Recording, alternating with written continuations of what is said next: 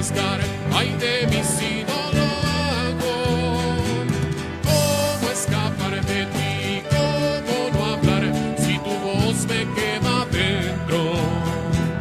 Tengo que andar, tengo que anunciar, ay de mí si no lo hago. ¿Cómo escapar de ti? ¿Cómo no hablar si tu voz me quema dentro?